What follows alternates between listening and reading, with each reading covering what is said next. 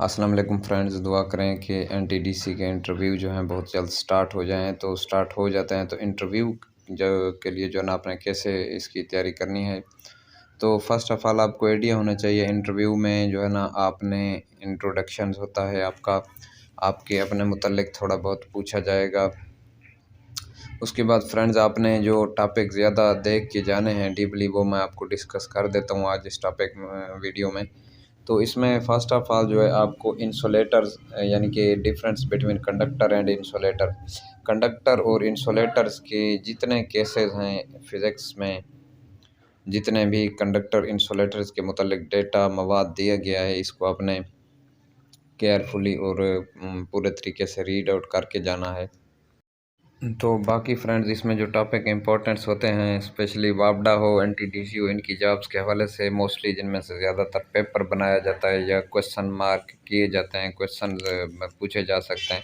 Transformer के मुतल्लिक आपने carefully read out कर जाना है। ट्रांसफार्मर की जितनी टाइप्स हैं, step up transformer, step down transformer, उन्हीं की कंडीशन जो हैं स्टेप अप के लिए कौन सी हैं, स्टेप डाउन के लिए, ये सारी रीड आउट करनी होती हैं। और ट्रांसफार्मर का यानी कि टोटल टॉपिक आपने केयरफुली डीपली रीड आउट करना है कि ये किस प्रिंसिपल पे वर्क कर रहे होते हैं।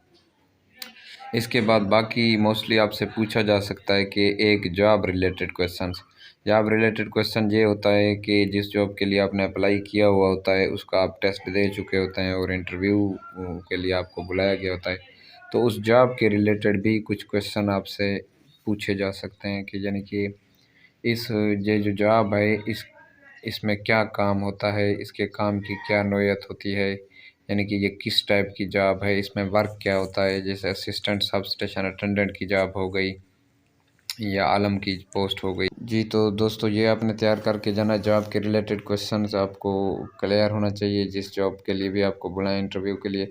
इसके बाद करंट अफेयर्स में से आपने देख लेना है कि करंट पीएम सीएम यानी कि जितने भी मिनिस्ट्री है या जितने भी इसमें वजारतें हैं उसमें सारी चीज़ें आपने, और हर मतलब प्रोविंस के मुतल्लिक के पीके की असम्बली के मुतल्लिक या सिंध पंजाब सारी असम्बली के मुतल्लिक जितने भी ओहदे हैं ये सारे आपने क्लियर करके जाने होते हैं।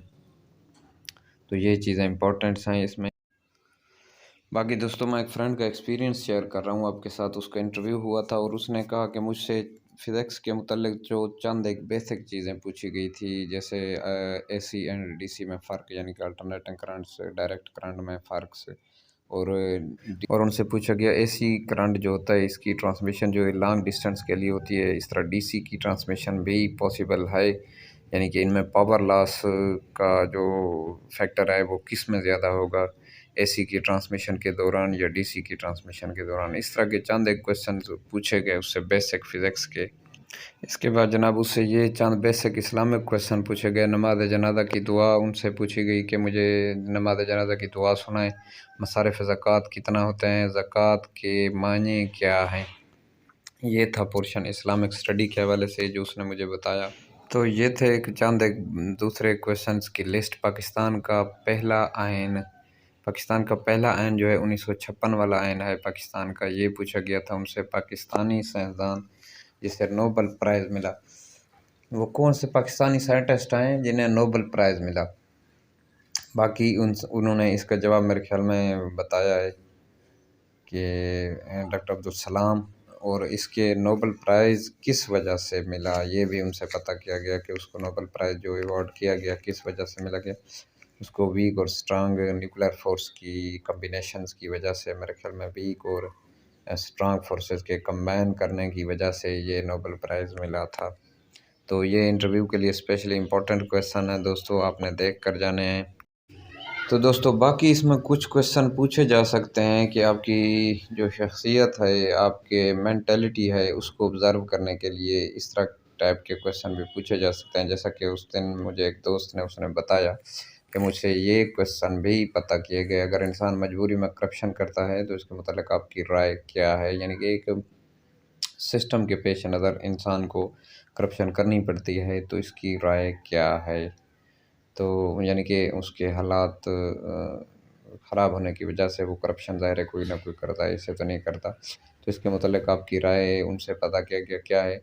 باقی کویشچن تھا موجودہ حالات میں مہنگائی کو روکنے کے لیے کیا اقدامات کیے جائیں اور مہنگائی کا ذمہ دار کون ہے۔